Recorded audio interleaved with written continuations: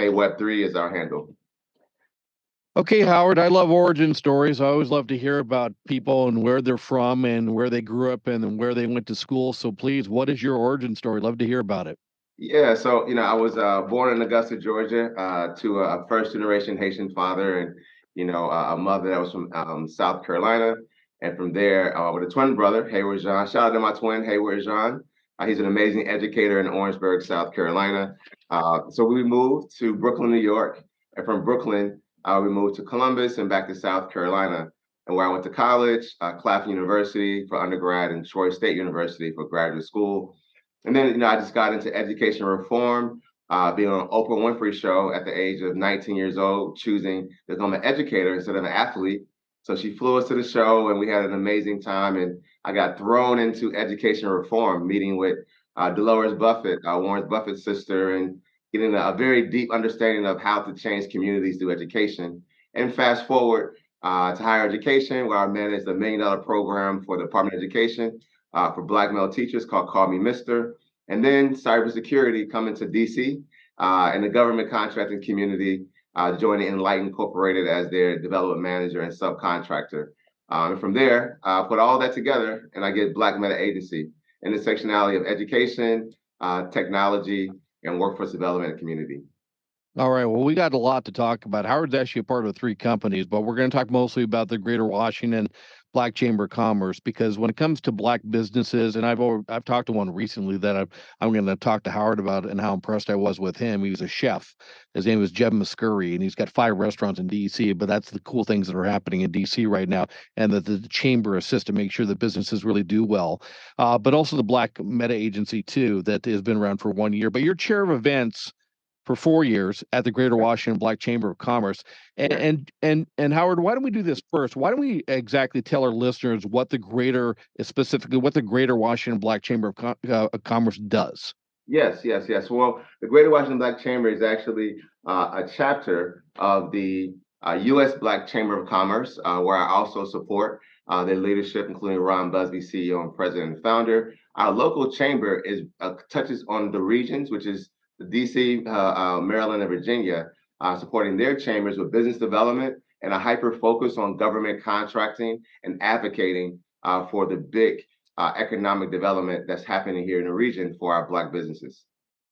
So I had mentioned Jeb Muscuri, and he's got a hospitality group. He owns 5 restaurants. We talked to him about 3 or 4 weeks ago, and it's an amazing story. And I bet you've got a couple too. But I know that you work with businesses, in the Washington D.C. area, and I live in the district too, so I support Black businesses and everything out there. But I see more popping up lately. And I know with your board, you're trying very hard to try and get as many Black ownerships an opportunity, whether it's a restaurant or any kind of business, to start a business in DC, which is not an easy thing. And, Jeff and I talked about the restaurant industry and how difficult it is, Right. Yet he's got 5 that are in the DMV and a couple in DC. So maybe talk a little bit about that, because I'd love to hear a story just about if there's a Black business person who wants to start a business in DC. How does the Greater Washington Black Chamber of Commerce exactly help them and assist them to get to the next level that they can start a business there? Absolutely. Well, the benefits of a chamber is not just, you have community and you have, camaraderie, but we advocate on behalf to local politicians, legislations. We actually access network opportunities for our members and our partners. We have business referrals, so we're doing business development for you and your business as you join our chamber. That's one of the many perks of joining. And then we actually have major events where we're giving free resources around funding, development, infrastructure, and just the whole spirit of an entrepreneur that it takes to really be successful. So that we create an ecosystem of support, and we have leveraging our board members and our executive board leadership as our leaders and best practices. So you come into actually an institution that is going to drive your business, help support your business, and empower you to stay in business to empower others. Howard, you've been the chair of events there at the Greater Washington Black Chamber of Commerce for 4 years now. And I'm curious, over those 4 years, how the opportunity for Black men and women to start businesses, is it getting better? Is it growing? It is growing, a lot of things came out of the 2020 pandemic. But what came out of it that we leveraged was a camaraderie around supporting Black-owned businesses. not just for the sake of race or diversity and inclusion, but more so for innovation. Studies show that having diverse perspectives and innovation from minorities and other communities actually makes competition better and actually solution better for sustainable solutions because they look like the people you're serving. Having consulted for the Port Authority of New York, New Jersey for the past 3.5 years, dealing their project around D&I, I've seen a very big shift and majority businesses understanding their corporate social responsibility to support the community by advocating and supporting businesses that are diverse. So it's been We, a nice shift. that's good. That's great news. We mentioned that you're the chair of events, and you've been doing that for a handful of years now. What kind Yes. of tentpole events do you have coming up that we want our listeners to know about? Absolutely. Well, I do want to shout out our previous event, which will be a biannual event. It was called Let's Talk Black Tech. That's a hashtag if you're out there. You can actually type it in your phone now and see what happened 48 hours ago. So we have that event. We have our Juneteenth awards event. It's our inaugural event. Also in this springtime, we have a Women's Month conversation and celebration that we're kicking off. And then in the fall, we're leveraging the U.S. Black Chamber's CBC Policy Breakfast, where we're leading and supporting around Web3 conversations. And then we have an annual CBC networking event at Black-owned restaurant and lounge Park, owned by Mark Barnes. So we actually are finding ways to extend culture, technology, business, networking across the entire year. And again, we have some more events coming.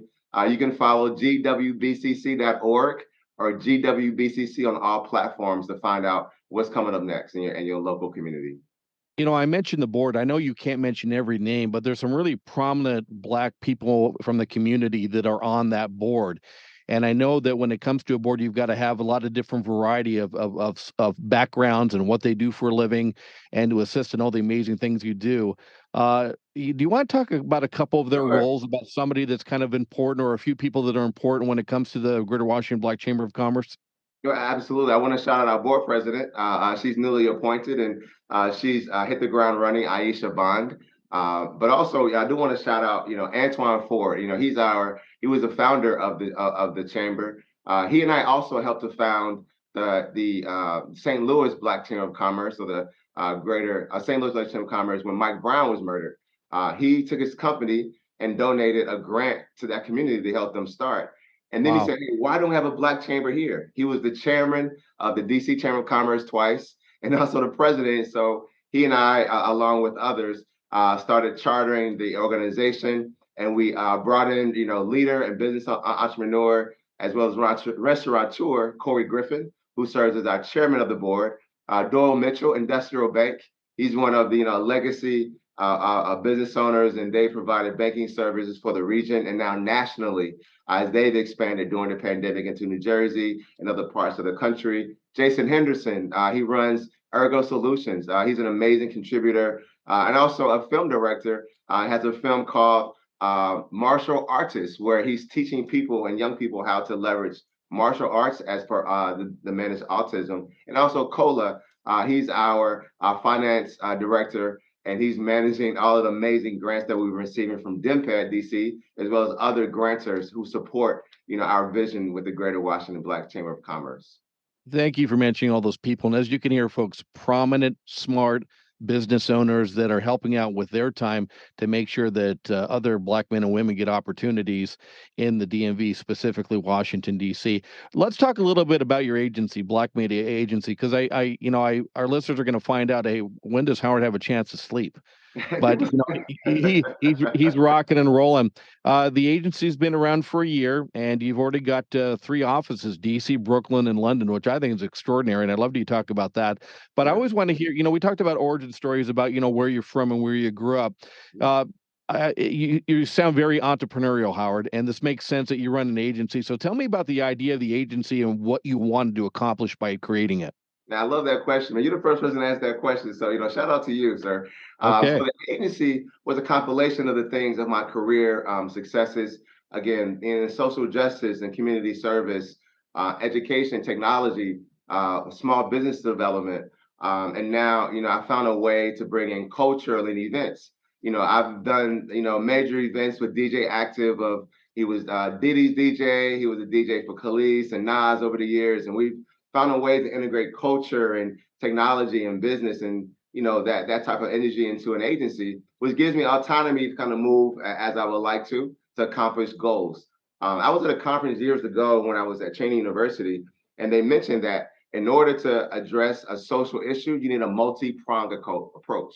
And for me, the agency gives me the autonomy and the sovereignty to leverage, different aspects as we're addressing programming and solutions.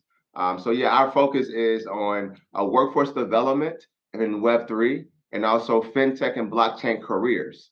We also helping to educate the Black and Brown community about fintech and demystify, this whole intimidation that we have around, blockchain and this new currency that's already integrated in our banking systems. And lastly, we host experiential events for corporations like the U.S. Black Chamber of Commerce, partnering with Google. We're working with Microsoft on a few things. And then lastly, we have solutions. I have a software architect partner, Fitz Mercuria of Fit Solutions, and also Next Wave Safety, where we're leveraging VR headsets to do training for high beams and safety training. So because I felt the need to find something that was creative and, I'm very interesting when it comes to my interests, the agency was the best solution. That's outstanding. And it takes people sometimes years to get other offices. You've got Brooklyn and also London. How Right. did you pull that off? And how do they roll into the package that is the Black Made Agency? How does it work? Absolutely. So, being at Enlighten Incorporated for the past, 9 years and seeing how they've grown and just studying the marketplace, I realized that you can become national, international with virtual offices in a matter of minutes, not hours and minutes, just by having a good relationship and having a technology infrastructure. So when I started, the goal was to address the diversity issue of minorities and women in metaverse, Web3, and those type of careers.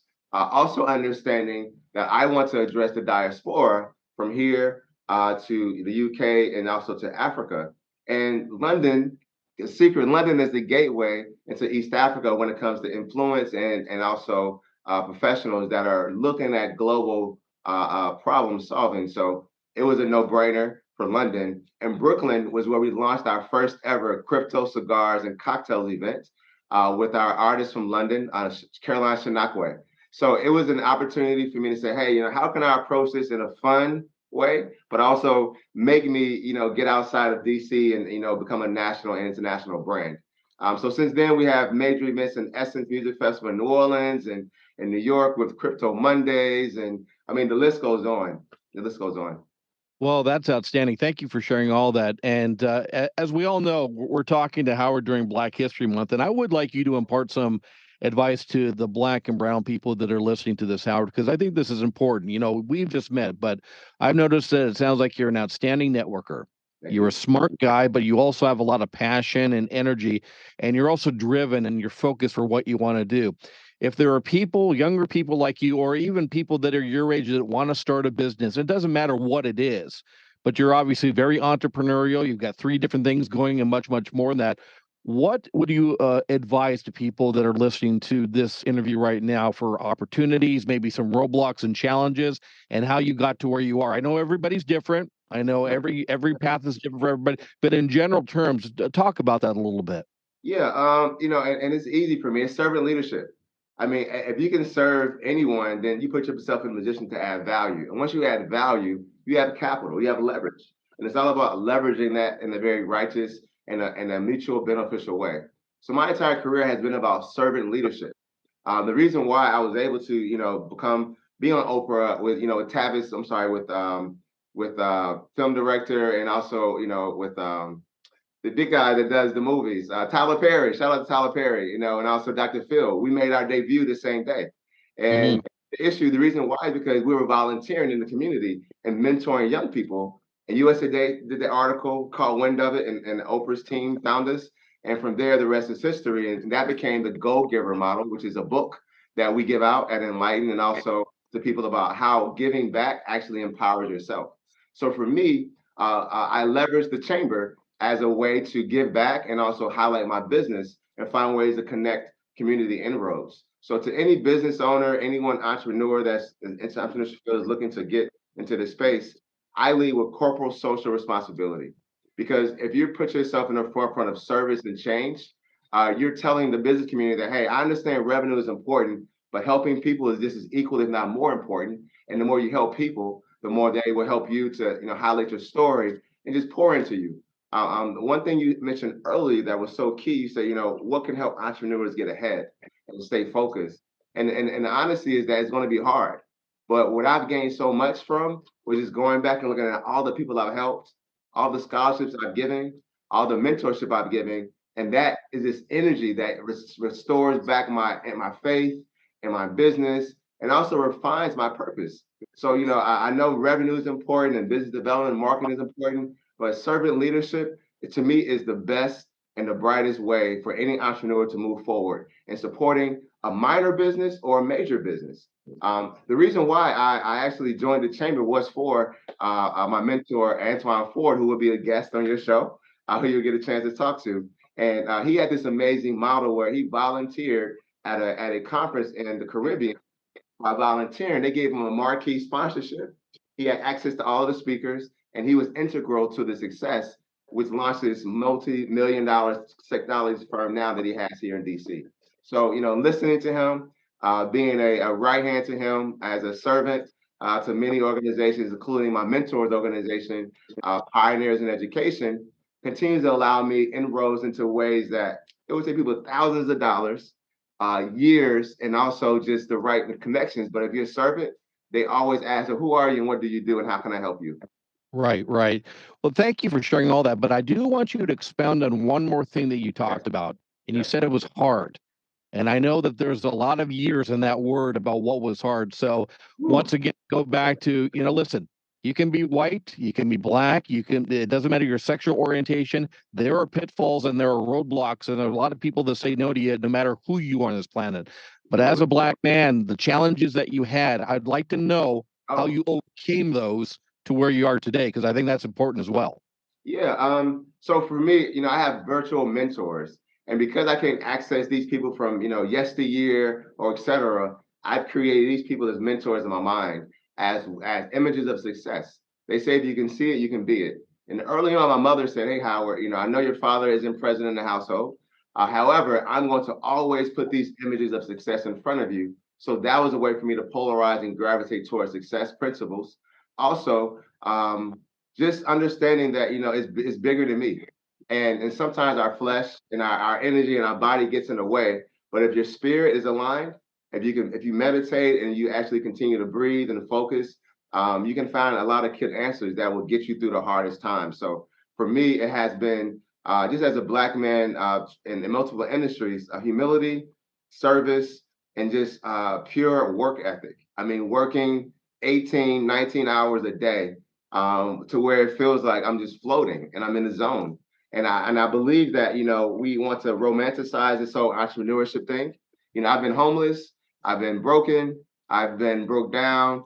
But what continues me moving forward is the fact that I know this is bigger than me, and that I know the energy that I need will come from outside of myself, not just inside when I'm weak. So for me, it's about just reminding myself of why I'm here daily and knowing that if I want to achieve something great, I'm going to have to put in a great work ethic.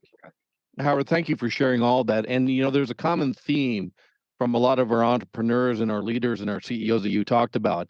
One of them is being relentless. That's a really big thing. That just have to be relentless in what you want to do, but also the passion for what you want to do. And Right. if you have those qualities, a little timing and a few other things, you can get exactly where Howard is today. And he's got a lot to do, folks. I mean, he's done a lot so far, but he's got a lot more to do. I do want to take just a break on what we're talking about both the Greater Washington Black Chamber of Commerce and the Black Man Agency. And I know you have little time because you're so busy, but when it comes to any kind of philanthropic or any charity things that you like to be a part of, what are they, Howard? Wow. I mean, listen, I have volunteered and volunteered a lot. So I'm currently the vice chair for Success for Options for Kids in Chicago, Illinois. And that was started by my mentor, Ken Johnson, that I've known since I was in college. I support the CCNA, which is Concerned Citizens Network of Alexandria. I'm on the board here for the Greater Washington Black Chamber of Commerce.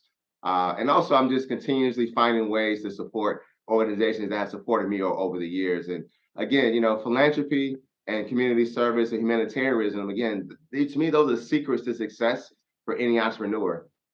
If you know that once you join an organization, you have access to a board, and that board is about networking and building relationships. So as you continue to serve, you position yourself with leaders from all type of backgrounds, so you can accelerate your position of status by the level that you're able to serve. And once I found that out, I was like, yo, how can I serve more? Who else needs help? And I know that sounds crazy, but it's so much joy in that, and so much fulfillment, but also learning.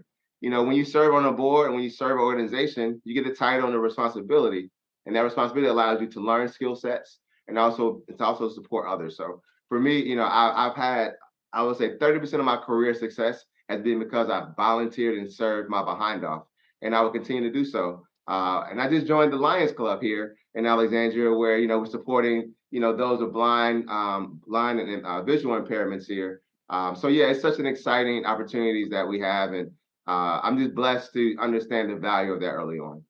All right, so me and my listeners are saying the same thing. When he talked about 17-hour days, that's really real. And what can't he do? It's amazing the energy that you have, Howard. I want to kind of put a bow on everything. I want to give you a chance to talk about your other company very quickly, but Sure. maybe if you could put a bow on everything, because I think there's a lot of synergy that makes a lot of sense. And I know why you started your agency after being with the Greater Washington Black Chamber of Commerce. I mean, there's a lot of partnership things going on there that make a lot of sense. But if you could capsulize those two agencies and also the other work that you do for our listeners, just to make sure that they kind of know exactly what you're doing, what you're working on, and what's in the future for you.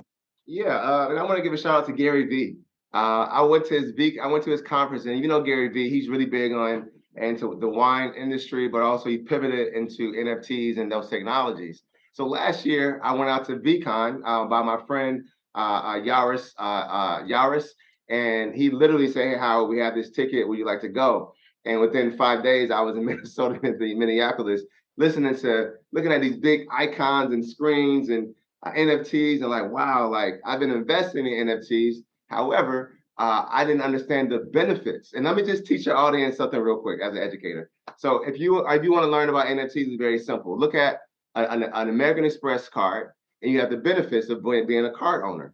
So an NFT is the same thing. You have an NFT, and as it benefits of an NFT, you may be able to brand it on T-shirts. You may be able to attend private conferences, have access to people that you want to have access to, but also residually have a chance to perpetualize the selling of an artwork. So, it got polarized when just images and JPEGs and dogs and fishes, but it's actually like a credit card. And that's the only concept that really propelled me into this space. Lastly, the blockchain is a pyramid. The blockchain says that you put anything on there in a pyramid is there forever. Hieroglyphics, artifacts, the same for the blockchain. You put something in there, it's there forever. So that's why I utilize the two pyramids, as one is for IP and then one is for the talent, so that if anything happens to either, we can go on and create and recreate. So Black Meta Agency speaks to the abilities for us to have IP as brown people in this space, that have opportunity in this space as creators, but also educators, and also propelling the next generation of technologists across the globe. So, that's the focus of Black Meta. Again, workforce development in Web3 and FinTech and blockchain careers. Again, shout out to our other partner, National Education Foundation, which is located here in Virginia, where we're partnering to provide a very inexpensive access to 10,000 courses for $99 to $150. So you get a chance to learn about blockchain and Web3 in a full year, just with only a small contribution. That's cheaper than any university I've ever attended. So shout out to them for asking me to be a partner to them, and us allowing the community to have access to something they would never have had it not been for the National Education Foundation. Outstanding. Well, Howard, thank you for sharing all of that. I do want to wrap up with some website information. I'm Okay. sure that people are starting to Google, but let's give that for the Black Man Agency, and let's also do that if you have one for the Greater Washington Black Chamber of Commerce as well. We Yeah. can get those websites out, and then people can check out what's going on, more information, events, and so forth and so on. If you could do that for us. Yeah, absolutely. So, again, shout out to our illustrious board, our leadership. Again, Corey Griffin as the chairman and Aisha Bond as the president. And Antoine Ford is one of the founders. The website is gwbcc.org. That's gwbcc.org. Black Meta Agency is very easy. It's bmaweb3.com. Again, bmaweb3.com. And our social media is bmaweb3. And we will be sharing this interview on our podcast, our podcast, as you will. It's BMA Radio. So if you're interested in supporting us, you can shoot us an email. My team is ready to receive your email at info@bmaweb3.org.